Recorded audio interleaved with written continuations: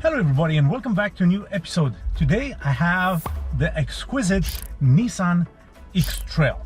And I'm gonna say exquisite because, well, this one actually is exquisite compared to the previous two generations, which they sucked.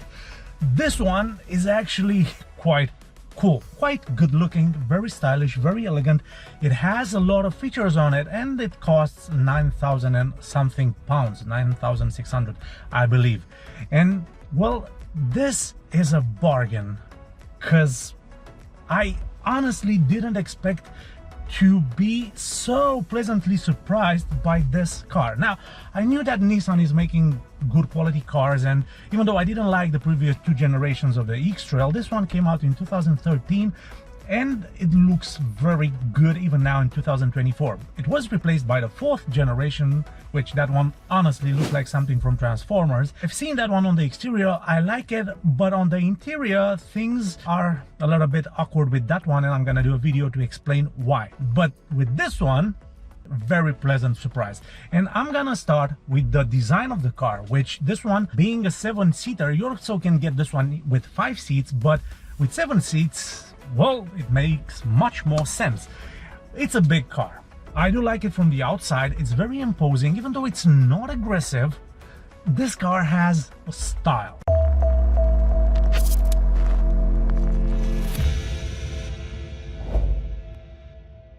Let's discuss about the front end of this car, which I find quite interesting. It is very elegant, stands out. It doesn't feel German, if you know what I'm saying, because it's not German. This is Japanese and it has style. You have the emblem in the middle, the Nissan emblem, which stands out. It's the pedigree of this car. You have this V-shaped grille, which, well, doesn't make the car aggressive, but being in this chrome finish makes it elegant. The headlights are LED. They have LED daytime running lights, and they also have xenon in for the main beam and high beam, which is impressive.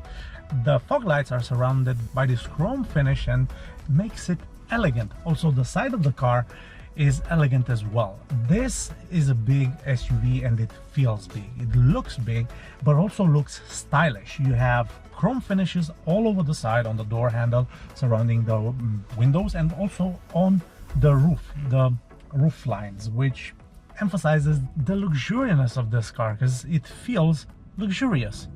Honestly, it does feel luxurious, and if you look at it from the side, you're gonna see how good looking this car really is. We have 19-inch wheels to emphasize the roughness of it, but also the elegance of it. The rear end of the car stands out as well with these chrome finishes that it has, but also with the taillights. And the taillights remind me of the Lexus RX 2007-2008 generation, and probably that's not just me. You have a cool roof spoiler, which emphasizes the sportiness of the car, because, well, it's a Nissan and it has a pedigree in sports cars, but also gives it a very exquisite look. Down in the bumper, that's quite interesting. The fog light in the middle, placed in the middle of the bumper, exactly like a race car would have. And, well, told you, pedigree, Nissan, but it looks cool anyways. You have 360 degrees camera, you have front and rear parking sensors, and also this car actually parks itself, which is quite an interesting feature. Regarding the rear end, you have a powered operated boot, which this is cool to have. Honestly, I'm quite impressed by the quality of the materials in this car and what technology it has on it. Honestly, this is a brilliant car. So overall, the exterior of the car is well built. It looks good, looks stylish, looks modern, and goes against the competition quite well. Unfortunately, this one has a 1.6 diesel engine with 130 horsepower, 320 Newton meters, which is good numbers. Goes from 0 to 60 in 11 seconds, has a 6-speed manual gearbox, but it's a all-wheel drive, and it's quite good because it's gonna pull you out of awkward situations when you're gonna go off-road with it, because, well, it's not a bad car to go off-road. You can select from here if you want to have only 2-wheel drive or 4-wheel drive, and an automatic lock feature that you can lock the differential. But this is quite good. Why is it good? Well, because you're gonna have low tax, you're gonna have low insurance due to the engine and such, but I can find a problem here. On this one, I would have preferred the automatic gearbox. Don't get me wrong, it's fun to drive with a manual. It is, but for me, because I'm a lazy person, I would rather had it with a automatic gearbox because it's more pleasant to drive on long journeys. And because I want to talk about long journeys, let's talk about the interior, because, well, I'm quite surprised with the quality of the material. As I mentioned, I didn't like the old X-Trail. I found it to be quite boring and dull and odd looking, and well, you understand. But this one is something that I like. The dashboard is a little bit tilted towards the driver and the passenger. You have good quality materials. It has this carbon fiber look on the door side and on the dashboard, and also this piano black plastic here in the middle of the dashboard. But the seats, well, this is something worth mentioning. The seats are very comfortable. They are electrically adjustable. You don't have memory with them, but I have to tell you that these seats are very, very comfortable. The leather is soft. You can see that you have perforated leather. You have heated seats which you can control from over here, and yes, they are very soft. They feel like some very comfortable chairs, leather chairs or something like that. Let's get back. So dashboard, pretty cool. You have huge air vents here, air vents for the left and right. You have dual climate controls, and you have an infotainment system that uses a touchscreen, which is quite cool, and I'm going to talk about right now. You have a 360-degree camera system, which is quite cool and quite helpful. Now, this is a big car. It's a 7-seater, and you're gonna need all the help you can get to park it, which is quite cool to have this feature. But also this car has park assist, which it actually parks itself, which is quite an interesting feature. Also, this car has auxiliary, it has Bluetooth media, it has DAB radio and such, but also a cool navigation system, which, well, looks quite interesting. But also, let's go into the setup. We have the system here, and if we go into the system, we have the display, which you can adjust, but also you have the clock, the language, camera settings for brightness, contrast and color, and also you have temperature units, touch click. This is, if you press it, it's gonna click when you touch it. Beep, factory settings and license. Well, interesting about this is that all the features and all the settings from the car can actually be adjusted from the infotainment screen in the gauge cluster, and we'll go into that in a minute. Down here we have the climate controls, which they look, well, they look honestly not German. They have this signature, I kind of feel like in a Lexus, to be honest with you, because these buttons remind me of the Lexus, and a little bit of this car remind me of the old Lexus RX, and that's not a bad thing because we know that they are excellent cars.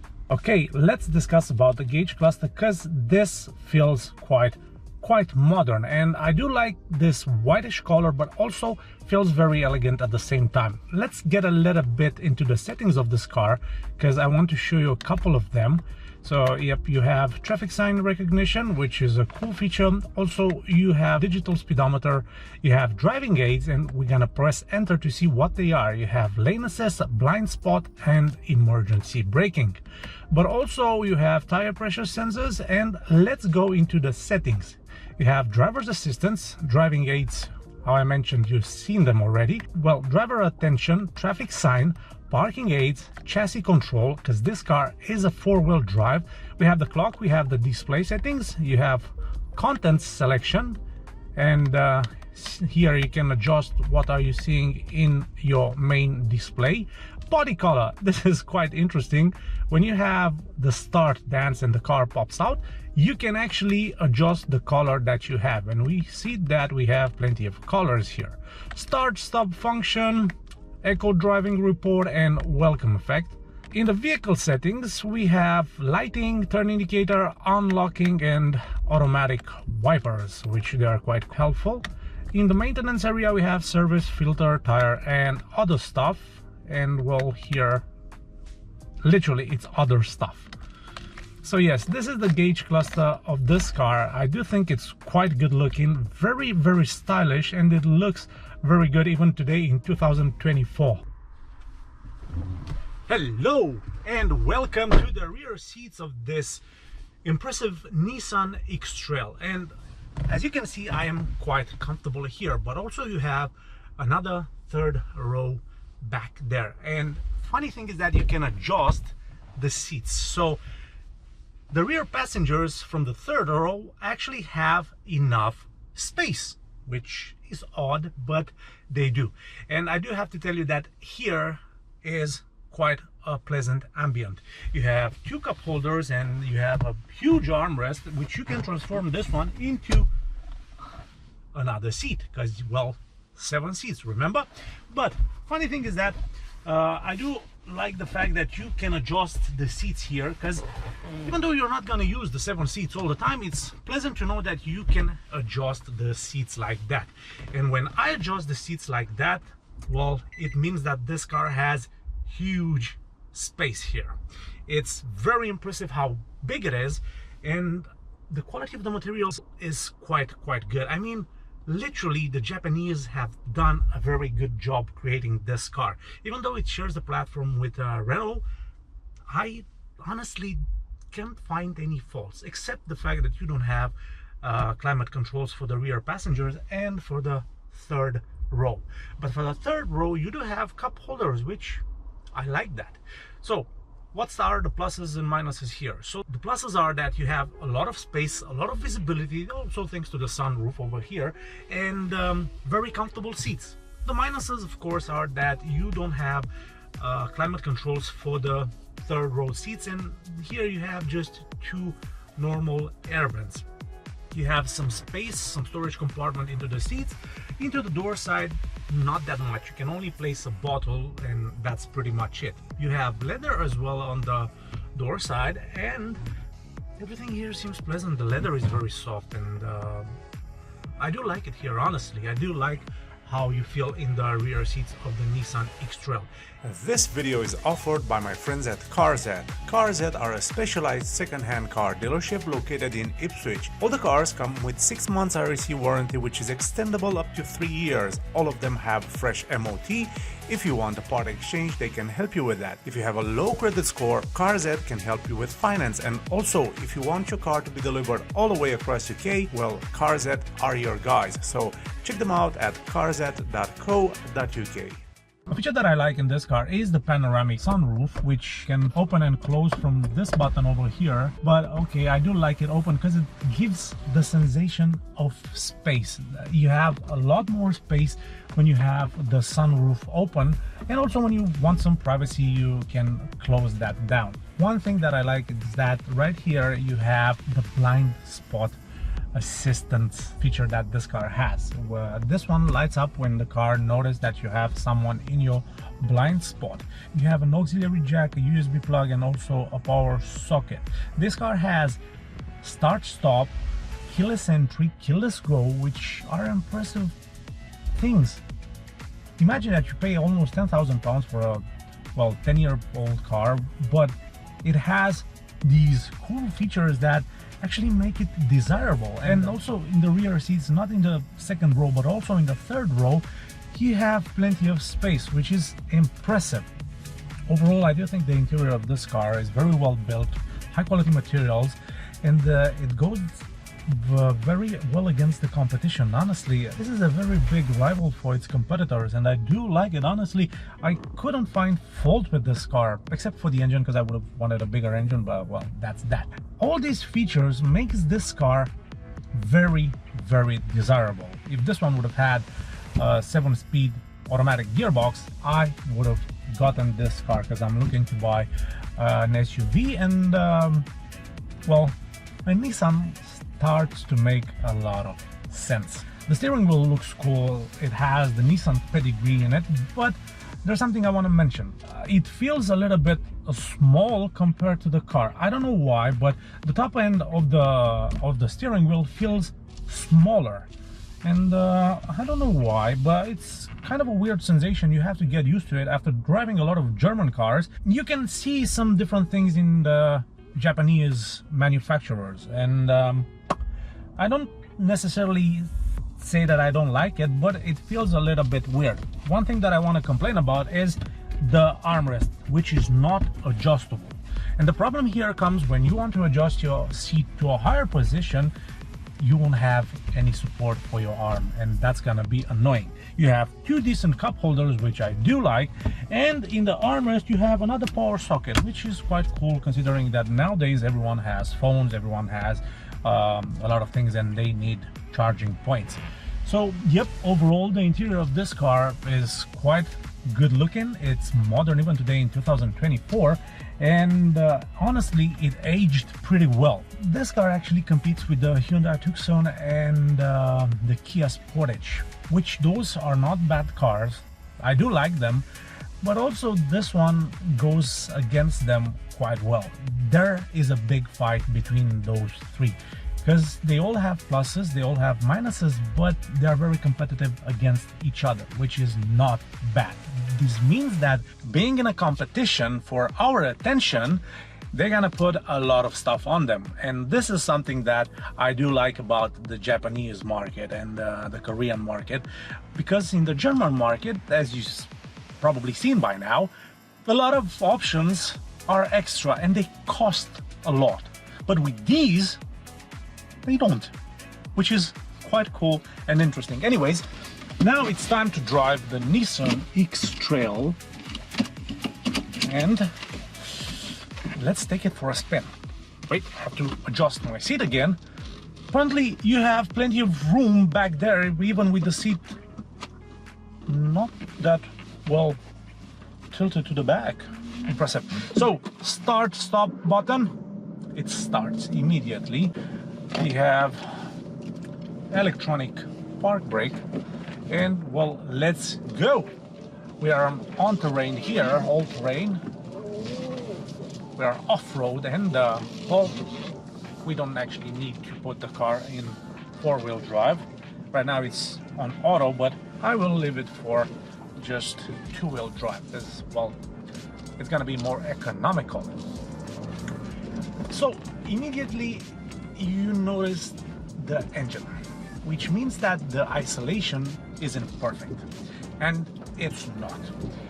You do have, well, you do have decent amount of noise on the inside, and I actually would have expected a little bit more quietness in here, because everything else in this car is quite good, quite brilliant. I actually expected more from it. The funny thing is that it goes, when you press the pedal, this 1.6 diesel engine is quite nippy, but it's not as it should. It's very economical, it's very practical, it's gonna be cheap to maintain and cheap to insure, but I would rather have a bigger engine on it.